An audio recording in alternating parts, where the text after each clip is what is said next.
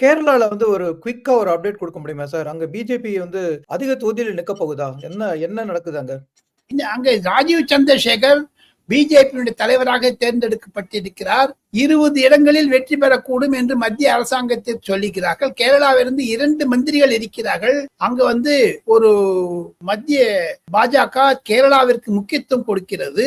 கேரளாவில் RSS கிறிஸ்தவர்களுடன் பேசிக்கொண்டு வருகிறார்கள்.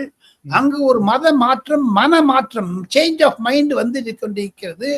கம்யூனிஸ்ட் கட்சியை தூக்கி எடுக்க வேண்டும் என்று ஒரு சாரார் துடித்து வருகிறார்கள். இந்த பின்னணியில் பார்த்தால் சிவகுமார், கேரளாவில் மீண்டும் காங்கிரஸ் கம்யூனிஸ்ட் என்ற ஒரு போட்டி இருந்தது நிலை போக இப்பொழுது பாஜக ஒரு 3ஆம் இடத்திற்கு வந்து விட்டதனால் பாஜகவிற்கு இருக்கக்கூடிய இந்து வாக்குகள் கண்டிப்பாக பாஜகவிற்கு கிடைக்கும். அது கம்யூனிஸ்டை வென் பண்ண வச்சாலும் வச்சுடலாம். அது பிஜேபிக்கு ஒரு சௌகரியமா போகும்.